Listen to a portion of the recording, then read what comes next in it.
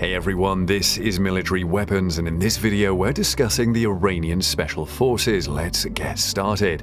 After many years of international sanctions that crippled the Iranian army's ability to modernize, Iran has come to rely heavily on its light infantry and special forces. These forces are instrumental in providing security on the troublesome stretches of the border with Afghanistan, Pakistan, and Iraq. They also protect Iranian interests abroad and will have a major role to play in the event of an armed conflict breaking out with a regional adversary. The exact numerical strength of all the Iranian special forces is unclear, but it must be in the tens of thousands. Given such a large size and diverse composition, the level of training and the quality of equipment varies significantly from one special forces unit to another. The 65th No-Head Independent Airborne Special Forces Brigade is widely believed to be the best trained and equipped of the Army's special forces units. The regular Army Commando Brigades, meanwhile, look more like light airborne assault units in terms of their composition and hardware. There is next to no information about the Special Forces units of the Ministry of Information, which is the main Iranian foreign political intelligence and counterintelligence agency. Information about the ministry itself is scarce and unreliable. Naval Special Forces. The Iranian Navy has 4 large marine units. There are 3 marine brigades stationed in the south, in the Gulf of Oman and the Strait of Hormuz. One of them is near the main Iranian naval base in Bandar Abbas, another in Jask, and the third in Konarak.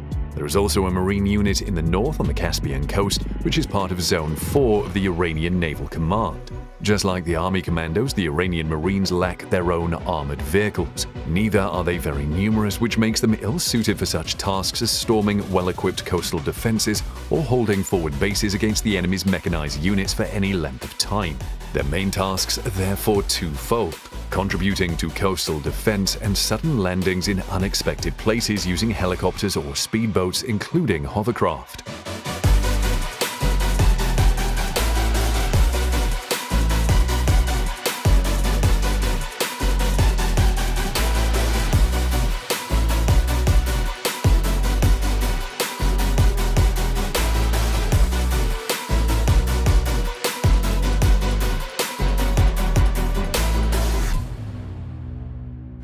Revolutionary Guards Ground Forces.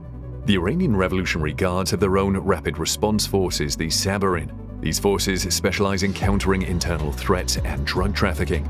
They were set up following a rapid deterioration in Iran's relationships with the Taliban movement in Afghanistan in 1999. The need for the Revolutionary Guards to have their own special forces was recognized after the end of the war with Iraq, during which the Guards worked very closely with the Army Special Forces.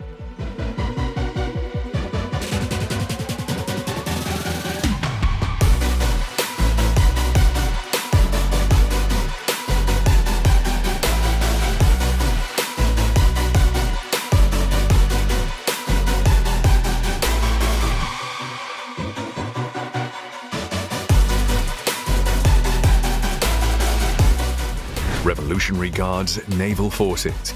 The Revolutionary Guards operate special naval forces that are separate from the Iranian Navy. The Guards and the Iranian Navy units have their own areas of responsibility. The Guards are responsible for the Persian Gulf, whereas the Navy has the Strait of Oman and the Caspian Sea. The Revolutionary Guards naval units are geared for asymmetric warfare. They lack any large ships and rely instead on a large fleet of light missile, torpedo, and gunboats. Their training scenarios include operations to seize and plant booby traps on enemy ships and oil platforms using speedboats and divers.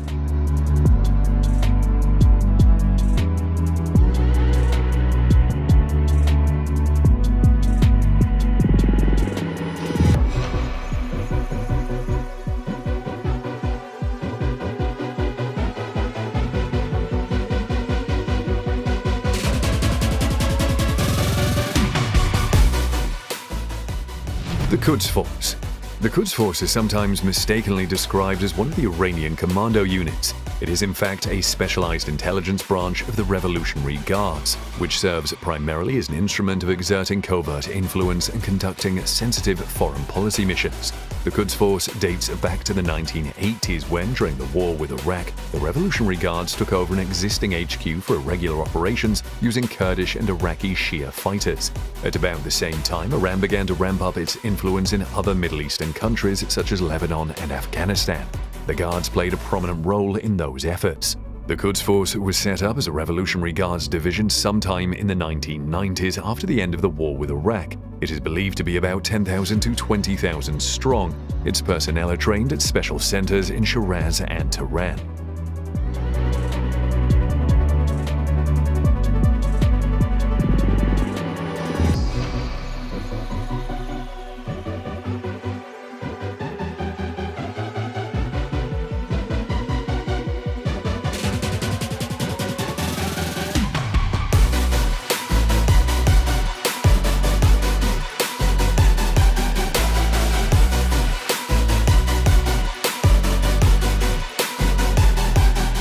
Iranian Special Forces weapons and equipment. The Iranian armed forces also suffer from inadequate financing. Even the commander of the Iranian army, Gen Ahmad Reza Purdastan, said in 2015 that in the current circumstances, his forces needed more funding than they were getting at the time.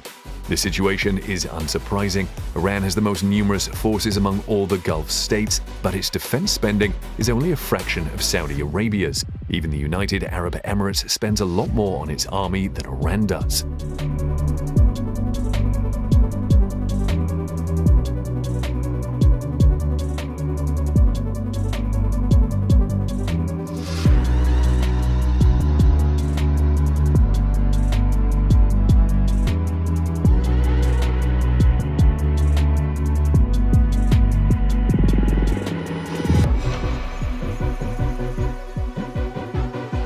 Iran's Green Berets.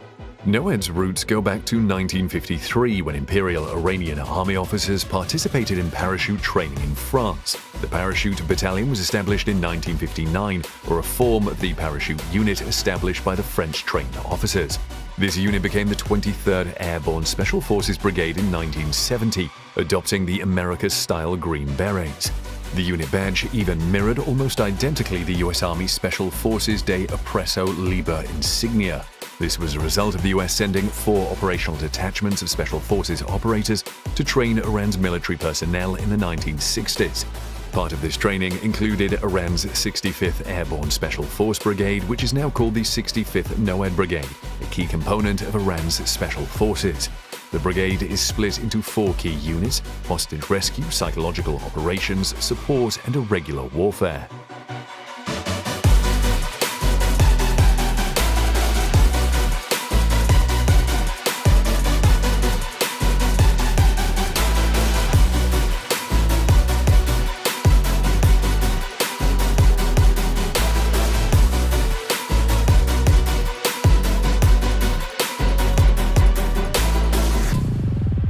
Training. Passing training for Iran's Special Forces unit, nicknamed Powerful Ghosts, within the Iranian military is extremely difficult. Those that pass the initial parachute training spend periods of training in deserts, forests, snow, sea, and mountains. This stage aims to cultivate the capability to effectively engage adversaries in any given environment. Upon obtaining the necessary points in this stage, the specialization stage begins. For example, the hostage rescue unit would likely involve emphasis on breaching and bomb disposal. Another section of the training involves espionage, reconnaissance, and telecommunications, as well as irregular warfare. This provides the capability for guerrilla warfare. These characteristics allow the utilization of NOED in hybrid irregular warfare to meet the Iranian state's objectives. With approximately 5,000 personnel, a 2019 Defense Intelligence Agency Iran military power report stated that the NOED brigade is the most elite of Iran's special forces. Hit list. Throughout the Iranian Special Forces unit's history, the NOED brigade established its reputation within Iranian military circles with actions carried out in theaters of war.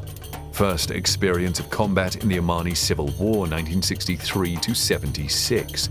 1979 Khuzestan Uprising quelling. Breaking the siege of Abadan during the Iran-Iraq War 1980–88. Iraqi forces launching a surprise attack on Iranian territory were held back successfully by the 23rd Airborne Special Forces Brigade. During the Iran-Iraq War, the unit managed to hold strategic positions in Deposa and Laklak despite chemical attacks from Iran. In a mock operation, the 65th seized and captured key strategic centers throughout the capital city of Tehran, achieving mission success in 2 hours. There are various unconfirmed reports of clandestine operations in Afghanistan and Pakistan. Nonetheless, it is unclear to what extent the irregular warfare capabilities of this unit took place throughout recent history. Thanks for watching. Don't forget to let us know your thoughts about the Iranian Special Forces in the comments section below.